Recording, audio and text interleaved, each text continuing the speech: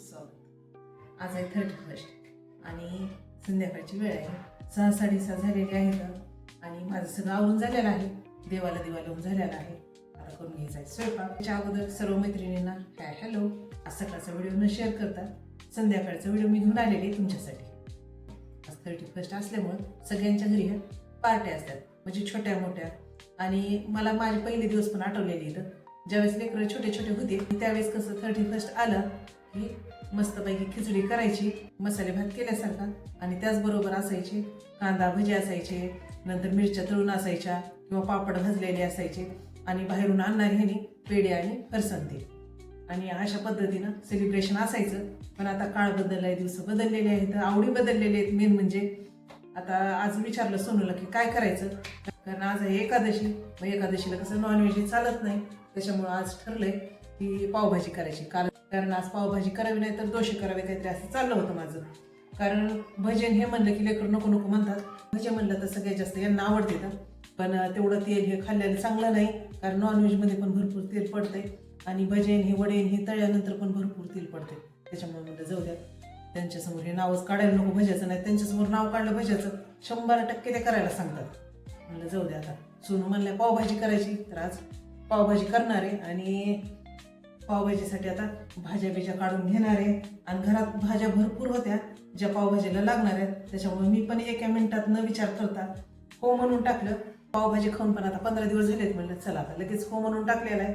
त्यानं गेलाय आता पाव आणायला, आणि त्याला सांगितलंय की वाटाण्याच्या शेंगा भेटल्या तर त्या पण घेऊन येत, नाही तर मग दारावर जर आल्या तर संध्याकाळच्या वेळेला येतात मुलं विकायला येईल, मग तशा जर आल्या तर मग घेणार आहे आता अर्धा किलो आणि सुरू करणार आहे आता पावभाजी करायला. तर चला आता पार्टीचं आमंत्रण तुम्हाला सगळ्यांना आहे. मस्तपैकी पावभाजी मी करणार आहे आणि सगळेजण या पावभाजी खायला.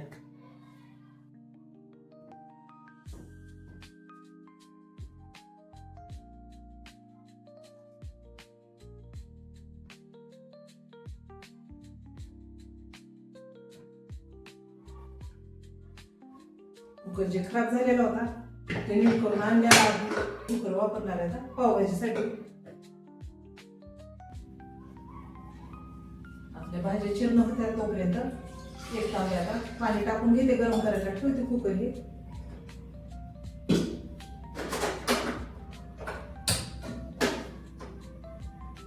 माझ्या आयुष्यामध्ये ह्या वर्षी बऱ्याच गोष्टी अशा खूप छान छान घडलेल्या आहेत.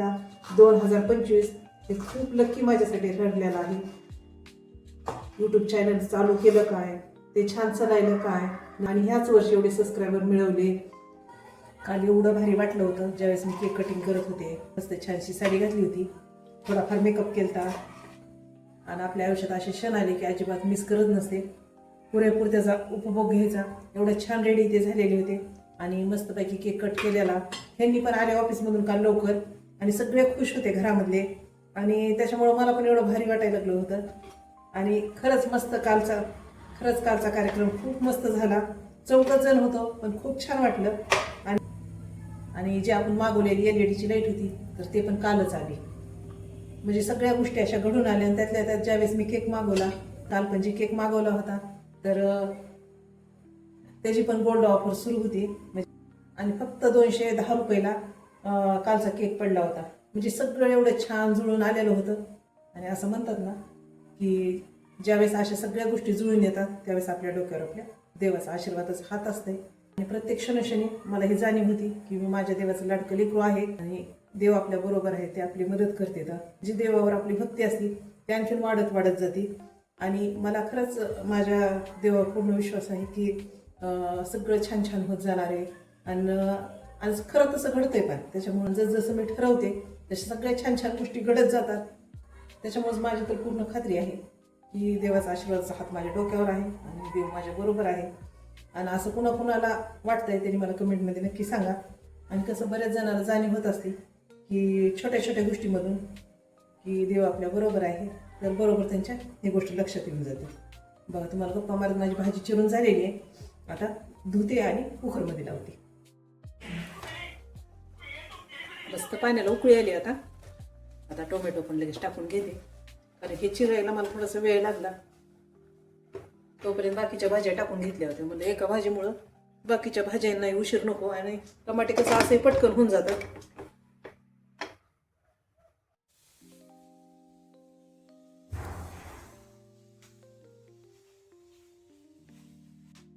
लाईट ती लावून घेतलेली आहे आणि जे जे आपल्याला लागतंय ते सगळं साहित्य पण काढून घेतलेलं आहे.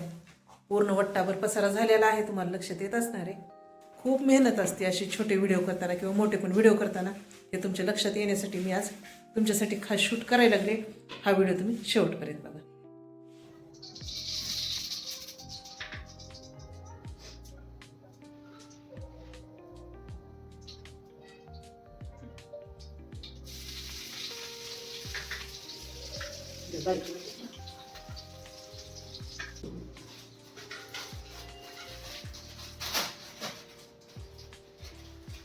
तर मोडून मग असेच छान ठेवून देता येतील. जवळजवळ आकार पण छान येते असं राऊंड मध्ये.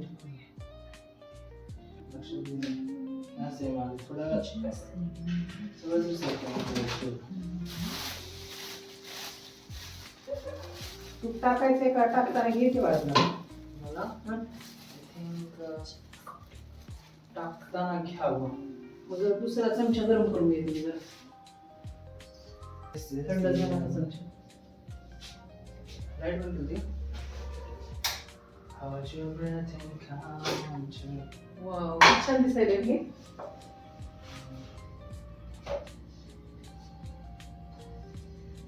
त्याच्या कमी जास्त करू शकतो.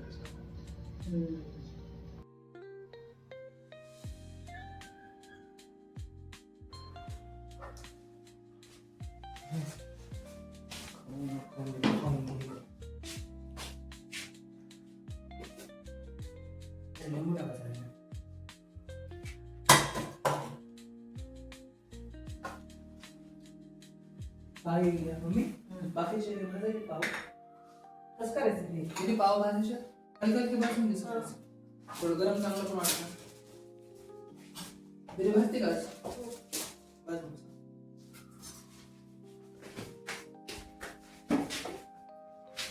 अनावश्यक सगळं काढून घेते तिथे अगोदर. तुला एक जागा राहते पाव स्पेशल मुलीच्या हातचे भाजलेले पाव खायला मजा काय होतच आहे. बाकी कडे टाकायची गरज नाही ना बाळा. पावभाजी चेक केली आणि त्या पावांना तिखट ते नाही लावायचे काही. भाजी तिखट झाली बरं आपली. मिठाचं कुठे